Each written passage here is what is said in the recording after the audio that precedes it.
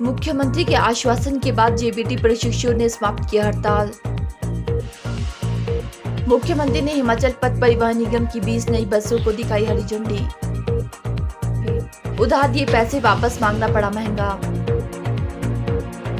नाहन चौगान में कल धूमधाम से मनाया गया राज्य स्तरीय अंतर्राष्ट्रीय योग दिवस। हिमाचल पथ परिवहन निगम के कर्मचारियों को मिलेगा 3% DA। बनाले से रोहतांग के लिए इलेक्ट्रिकल बस शुरू। हमीरपुर पुलिस ने 48 घंटे में नोएडा से दबोचा बर्सर हत्या मामले का आरोपी। हिमाचल प्रदेश के मुख्यमंत्री सुखविंदर सिंह सुक्खू से आश्वासन मिलने के बाद आखिरकार जेबीटी यूनियन के सदस्यों ने हड़ताल समाप्त कर दी। इस पूरे मामले में मुख्यमंत्री ने यह आश्वासन दिया है कि जब तक पूरे मामले की जांच नहीं हो जाती तब तक ना तो कोई नई भर्तियां की जाएगी, ना ही नियुक्तियां होगी। ऐसे में जेबीटी को इससे बड़ी राहत मिली है। बीते रोज शिक्षकों ने सीटीओ के बाहर धरना प्रदर्शन किया था। रविवार रात को ही जेबीटी प्रशिक्षु राज्य सचिवालय के बाहर धरने पर बैठ गए थे। सोमवार सुबह प्रदेश भर से बेरोजगार जेबीटी और DLED डिप्लोमा धारक धरने में शामिल हुए। इस दौरान जमकर नारेबाजी भी की गई। प्रशिक्षु संघ के अध्यक्ष मोहित ठाकुर ने मुख्यमंत्री को बताया कि जेबीटी भर्ती में बीएड करने वालों को भी शामिल करने से उनका भविष्य अंधकार में जा रहा है। बीएड करने वाले टीजीटी और पीजीटी के पद के लिए योग्य है।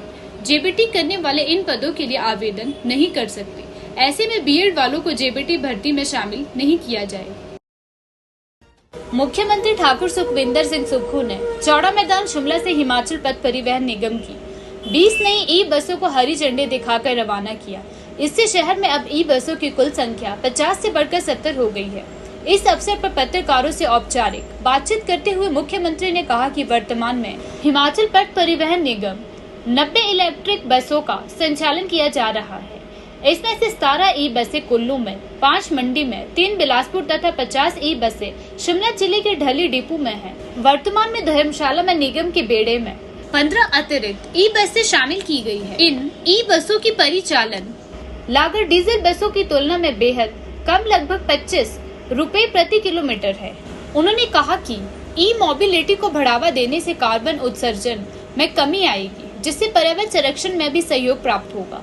ठाकुर सुखविंदर सिंह सुक्खू ने कहा कि परिवहन निगम ने शिमला, स्थानीय और नादौन में उपयोग की जाने वाली 75 टाइप 1 ई बसों के लिए निविदा प्रक्रिया जारी की है और मौजूदा बसों को बदलने के लिए 225 टाइप 2 ई बसों के लिए तकनीकी विनिर्देशों का अंतिम रूप दिया गया है।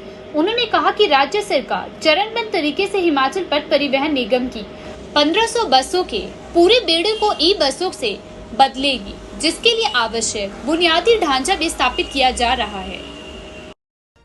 प्रदेश के ऊना जिले के अम्ब में एक नया मामला सामने आया है, जिसमें एक व्यक्ति को अपने ही उधार दिए हुए पैसे मांगना महंगा पड़ गया। बताया जा रहा है कि ऊना निवासी रवि कुमार ने अपनी एक रिश्तेदार को, जो पिछले 1 हफ्ते से उसके घर पर रह रही थी, उसको कुछ पैसे उधार दिए थे। पैसों को लेकर सोनिया और रवि कुमार के बीच कुछ कहासुनी भी हो गई थी। इस बीच रविवार देर शाम सोनिया का पति विजय कुमार जिला कैथल, हरियाणा अपने कुछ साथियों मलकीत सिंह, रिंकू, कुलदीप व विजय पाल के साथ अपनी पत्नी सोनिया को लेकर गुसाड़ा पहुंचा। पुलिस को मिली शिकायत के आधार पर ज्ञात हुआ है कि पहले इन लोगों ने बैठकर शराब पी और फिर इसके बाद पिस्तौल निकालकर रवि को जान से मारने की धमकी देने लगे। इस सब से वह घबरा गया और किसी तरह पुलिस थाना अम्ब में सूचना दी। डीएसपी अम्ब वसुधा सूद ने मामले की पुष्टि करते हुए कहा कि पुलिस ने घटना के संदर्भ में हरियाणा निवासी सभी 5 लोगों के खिलाफ विभिन्न धाराओं के तहत केस दर्ज किया है। साथ ही मामले की जाँच शुरू कर दी है। नाहन के चौगान मैदान में आगामी 21 जून को आयोजित किए जाने वाले 9वें अंतर्राष्ट्रीय योग दिवस के राज्य स्तरीय समारोह की सभी तैयारियां पूरी कर ली गई है। तैयारियों की समीक्षा करते हुए उपायुक्त सुमित खेमटा ने कहा कि उद्योग, आयुष व संसदीय कार्य मंत्री हर्षवर्धन चौहान समारोह के मुख्य अतिथि होंगे, जबकि नाहन विधानसभा क्षेत्र के विधायक अजय सोलंकी इस अवसर पर बतौर विशेष अतिथि उपस्थित रहेंगे। समारोह के संबंध में और जानकारी देते हुए उपायुक्त ने कहा कि योग क्रियाएं प्रातः 6 बजे आरंभ हो जाएगी। योग में शहर के विभिन्न स्कूलों, आर्ट ऑफ लिविंग, सत्य साई समिति, पतंजलि, आयुष विभाग, नेहरू युवा केंद्र, सहित विभिन्न संस्थानों के 1200 प्रतिभागियों को आमंत्रित किया गया है। समस्त प्रतिभागियों को प्रातः 5:30 बजे नाहन चौगान में पहुंचने का आग्रह किया गया है। सुमित खिमटा ने कहा कि मुख्य अतिथि हर्षवर्धन चौहान व गणमान्य अतिथि सर्वप्रथम दीप जलाकर कार्यक्रम का शुभारंभ करेंगे। उपायुक्त ने कहा कि योग करने वाले समस्त प्रतिभागियों के लिए चौगान मैदान में योग के लिए दरी व मैट इत्यादि की व्यवस्था की जाएगी। इसके अलावा पानी तथा लाइट रिफ्रेशमेंट का भी प्रबंध किया जाएगा ताकि योग प्रदर्शन सुविधाजनक तरीके से किया जा सके। सुमित खिमटा ने लोगों से योग दिवस में बढ़ चढ़कर भाग लेने की अपील की है। स्वास्थ्य विभाग द्वारा इस अवसर पर निःशुल्क स्वास्थ्य उपचार स्टॉल स्थापित किया जाएगा। उन्होंने लोगों से चिकित्सा शिविर का लाभ उठाने का आग्रह किया है। हिमाचल पथ परिवहन निगम के नवगठित निर्देशक मंडल की हुई पहली बैठक में कर्मचारियों को सरकार द्वारा जारी किया गया 3% डीए तत्काल प्रभाव से जारी करने को मंजूरी दी गई है। इसके अलावा निगम के कर्मचारियों की ड्यूटी के दौरान मृत्यु होने पर एक्स ग्रेशिया लाभ को नियमित कर्मचारी के 55,000 रूपए से बढ़ाकर 1.50 लाख रुपए और अनुबंध कर्मचारी के लिए 1 लाख रुपए देने पर भी हामी भरी गई है। इस बैठक की अध्यक्षता उप मुख्यमंत्री मुकेश अग्निहोत्री ने की। होटल पीटर ऑफ में निर्देशक मंडल की 193वीं बैठक की अध्यक्षता करते हुए उन्होंने कहा कि निगम की कार्य प्रणाली को व्यवस्थित करने और आय के साधन बढ़ाने पर ध्यान केंद्रित करने के निर्देश दिए। उन्होंने कहा कि बस खरीद सहित अन्य प्रकार की खरीद में पारदर्शिता सुनिश्चित की जाएगी। निगम में भ्रष्टाचार को किसी भी सूरत में सहन नहीं किया जाएगा। उप मुख्यमंत्री ने कहा कि 225 अन्य इलेक्ट्रिक बसों को जल्द सरकार निगम में शामिल करने जा रही है। इसका प्रोटोटाइप तैयार कर लिया गया है। उप मुख्यमंत्री ने कहा कि 0 बुक वैल्यू की बसों को निगम के बेड़े से बाहर किया जाएगा। उन्होंने कहा कि समय के साथ निगम की विभिन्न देनदारियों को निपटाया जाएगा।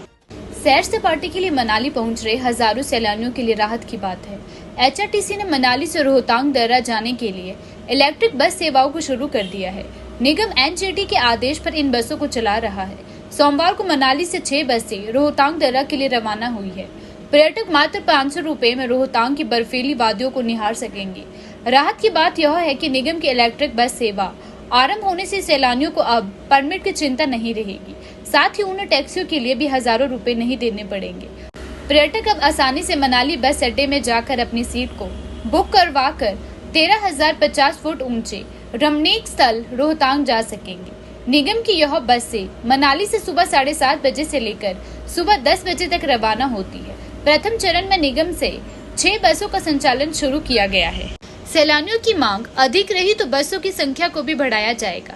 अभी इन बसों को मनाली से रोहतांग दर्रे तक ही चलाया जा रहा है। HRTC कुल्लू के क्षेत्रीय प्रबंधक DK नारक ने कहा कि निगम ने पर्यटकों की सुविधा के लिए मनाली रोहतांग दर्रा के लिए इलेक्ट्रिक बसों को शुरू कर दिया है। सोमवार को 6 बसों को भेजा गया है। एक बस में 25 पर्यटक सफर कर सकते हैं। रोहतांग दर्रा के लिए इलेक्ट्रिक बसों के आरंभ होने से सैलानियों को परमिट लेने की अब कोई आवश्यकता नहीं रहेगी। जिला हमीरपुर के कसबाड़ गांव में शनिवार को हुए 29 वर्षीय राजवीर के हत्याकांड के आरोपी को पुलिस की टीम ने दिल्ली नोएडा से आरोपी को गिरफ्तार किया है। बता दें कि पुलिस ने आरोपी सुनील कुमार निवासी उत्तर प्रदेश को 48 घंटों के भीतर नोएडा दिल्ली से गिरफ्तार करने में सफलता हासिल की है। 16 जून को राजकुमार ने भाई राजवीर की गुमशुदगी की रिपोर्ट बड़सर थाना में दर्ज करवाई थी। 17 जून को बड़सर पुलिस ने गुमशुदा व्यक्ति की तलाश शुरू कर दी। पुलिस की टीम को छुछवी नाले के नजदीक एक व्यक्ति का शव मिला, जिसकी पहचान राजकुमार उपरोक्त द्वारा की गई है। यह शव उसके गुमशुदा भाई राजवीर की है। पहले यह माना जा रहा था कि यह हत्या है। पुलिस अधीक्षक डॉक्टर आकृति शर्मा ने निरीक्षक योगराज चंदेल की अगुवाई में एक विशेष टीम का गठन करके आरोपी व्यक्ति की तलाश व गिरफ्तारी की टीम को बाहरी राज्यों के लिए रवाना किया।